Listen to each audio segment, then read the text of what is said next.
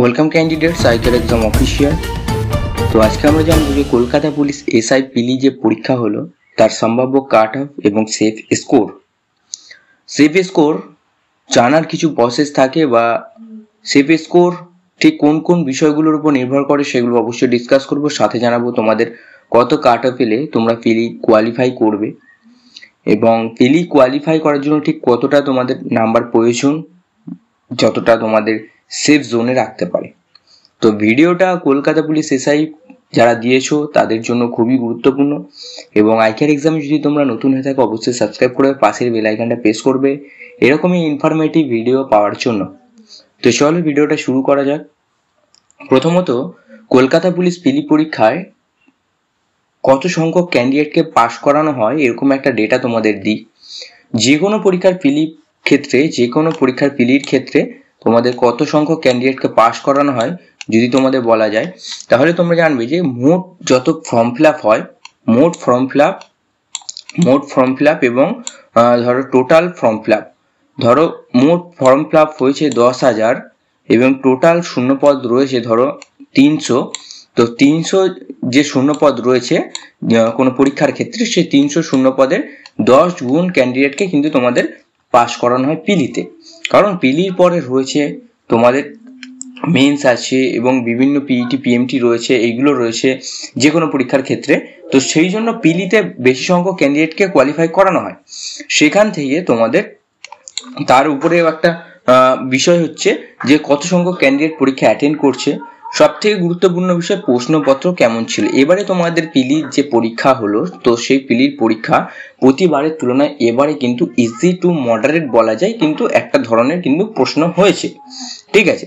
সেখান থেকে negative marking অবশ্যই তোমাদের গুরুত্বপূর্ণ। নেগেটিভ মার্কিং বুঝতে পারবে তোমাদের অ্যান্সার কি প্রকাশ হওয়ার পর।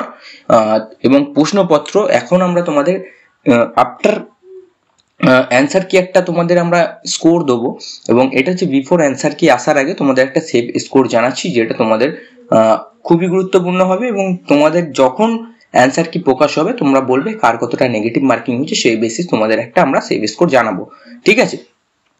প্রশ্নপত্র যদি তোমরা জিকে এবং ইংলিশ থেকে জিকে ইংলিশ এবং ম্যাথ থেকে তোমরা যদি করতে পারো, জিকে ইংলিশ ম্যাথ থেকে যদি তোমরা করতে পারো, তো সেই বেসিসে তোমাদের একটা অ্যাভারেজ একটা সেফ স্কোর যেটা বলা যাবে সকলের ক্ষেত্রেই, যেটা তোমাদের নেগেটিভ মার্কিং এর আগে, সেটা বলা যায় যে ধরো তোমরা অ্যাভারেজ স্টুডেন্ট যারা একটু পড়াশোনা করেছিলে কেপিএসআই এর জন্য, তারা মোটামুটি কিন্তু কোয়ালিফাই করে যাবে। যাদের ইউআর ক্যাটাগরি থেকে যারা বিলং করছো তাদের যদি 130 থেকে 132 মধ্যে হয় তোমরা কিন্তু কোয়ালিফাই করে যাবে, তোমাদের চিন্তার কিন্তু কোনো কারণ নেই। এবং ওবিসি এদের ক্ষেত্রে 125 থেকে 126 মধ্যে হয়ে থাকলে তোমরা কিন্তু কোয়ালিফাই করে যাবে। আমি আগেই বলেছি অনেক সংখ্যক ক্যান্ডিডেটকে কিন্তু কোয়ালিফাই করানো হয় প্রিলিমসের ক্ষেত্রে, কারণ এরপরে অনেক প্রসেস থাকে যেগুলোতে অনেক ক্যান্ডিডেট বাদ হয়। তো পিলিতে তোমাদের সেরকম একটা খুব বেশি কাট অফ যাবে না।